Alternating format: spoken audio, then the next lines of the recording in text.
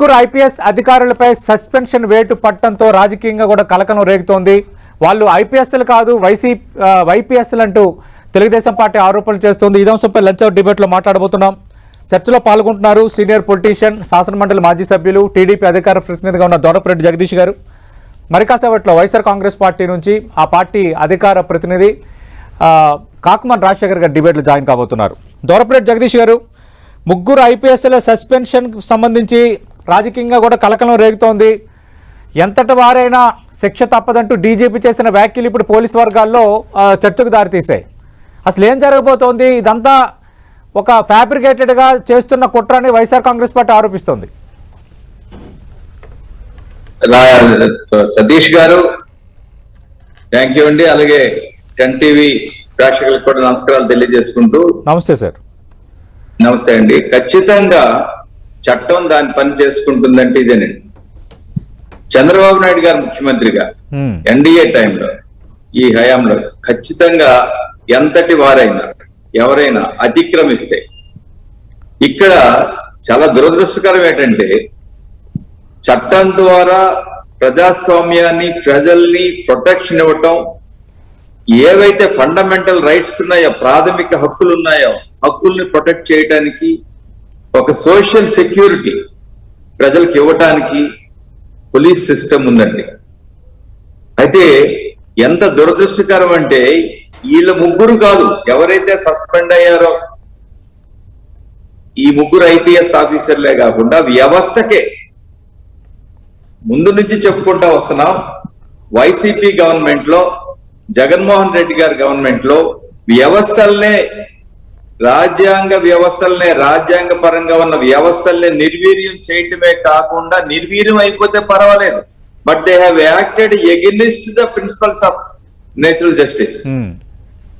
ఇవాళ ఇక్కడ ఎంత దారుణం అంటే ఎవరైనా దీన్ని ఎలా కౌంటర్ చేయగలుగుతారు?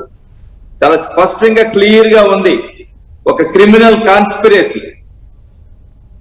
ఇప్పుడు వాళ్ళు ఎక్సెస్ గా బిహేవ్ చేయడమే కాకుండా ముందు there was a criminal conspiracy. ఎవరైతే ఇప్పుడు Kadambari Jatwani, she filed a case against Sajjan Jindal. Sajjan Jindal అందరికీ తెలుసు, ఖచ్చితంగా ఒక స్నేహితుడిగానో సుపరిచితుడిగానో జగన్ రెడ్డి గారికి తెలుసు. ఆయన్ని ఆ కేసు నుంచి విత్డ్రా చేయించుకోవటానికి వీళ్ళు చేసిన పని ఏంటంటే, వితౌట్ ఎనీ, ఇవాళ వైసీపీ బాసులు చెప్పారని ఇంటెలిజెన్స్ డీజీ ఆయన ఇన్స్ట్రక్షన్స్, వారల్ ఇన్స్ట్రక్షన్స్ ఇవ్వటం, దాని మీద దీదన్ commissioner of police Kanthi Rana Tata గాని, లేకపోతే deputy commissioner of police Vishal Gunni గారు గాని యాక్ట్ చేయటం, ఇవన్నీ చూస్తా ఉంటే ఎంత సిల్లీగా ఉందంటే the whole episode without the knowledge of the law and order director general of police.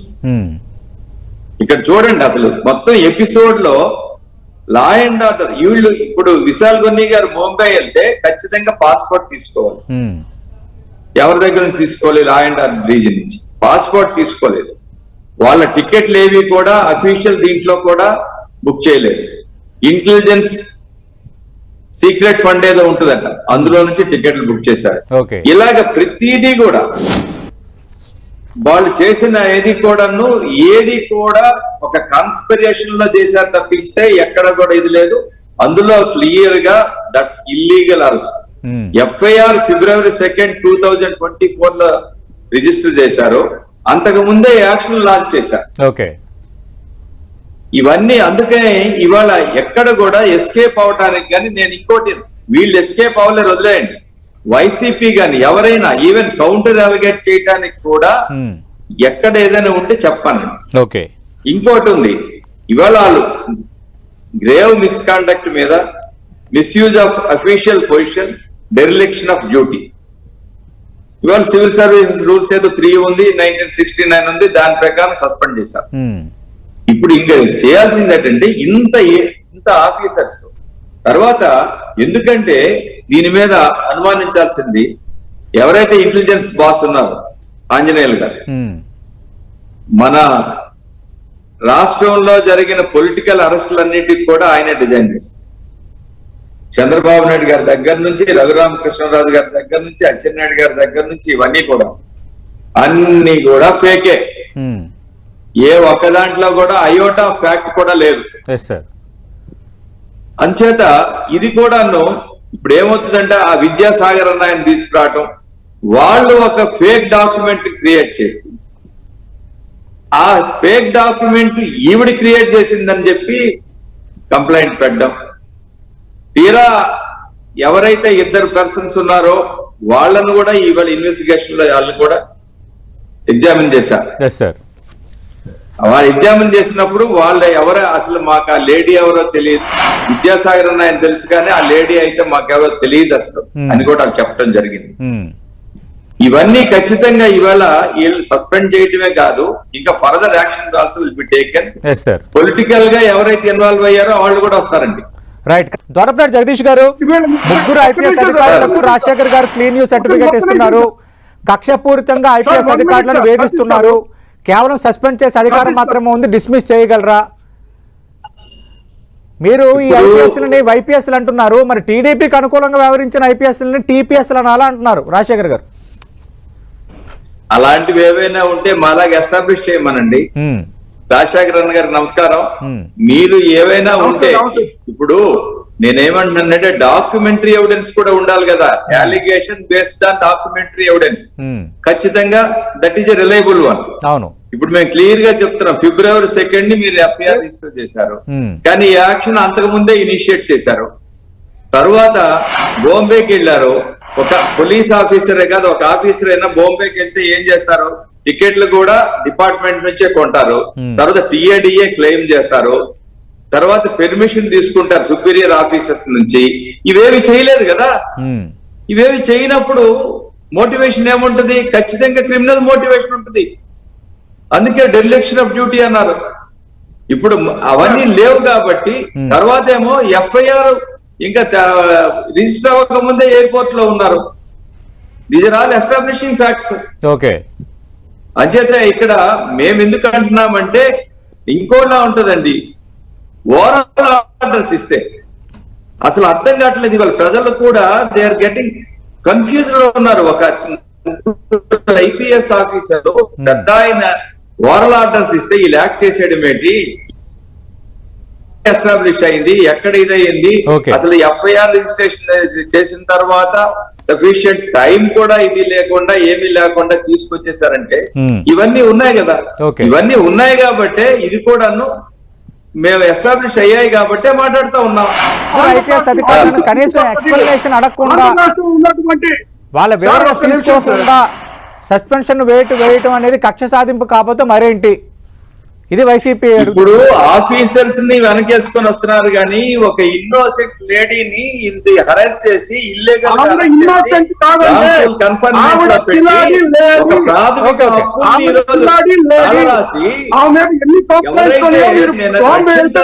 భక్షించే భక్షకులుగా తయారైపోతుంటే ఎవరు అన్న రాజశేఖర్ అన్న దయచేసి కైండ్లీ కొంచెం మీరు ఆగండి. నేను అన్నది కూడా మీకు అర్థం అవ్వాలి కదా. మీరు ప్రాథమిక హక్కుల్ని న్యాయాన్ని ఇవాళ ఎవరైతే రక్షించాలో వాళ్లే భక్షకులైనప్పుడు ఖచ్చితంగా మీరు కండెమ్ చేయాలన్న దీన్ని. అంతేగాని మీరు ఆఫీసర్లు వెనకేసుకొని వస్తారేంటి మీకు సంబంధించిన వాళ్ళ. అందుకే మేము వైపీఎస్ అన్నా, మేము ఊరికే అనలేదు. వైఆర్ మీరు వాళ్ళ గురించి ఎక్కువ బాధరవుతున్నారు. తప్పు చేసే వాళ్ళు ఎవరైనా కూడా శిక్షార్హులే. వాళ్ళకి ఎవరికి భారతదేశ రాజ్యాంగంలో ఎవరికి ఎక్సెప్షన్ లేదు. వాళ్ళు తప్పు చేయలేదంటే వాళ్ళు ప్రూవ్ చేసుకోమనండి. మీరెందుకు దానికి మీరు ఇది అవుతున్నారు? వాళ్ళని చేసుకొని వస్తున్నారు.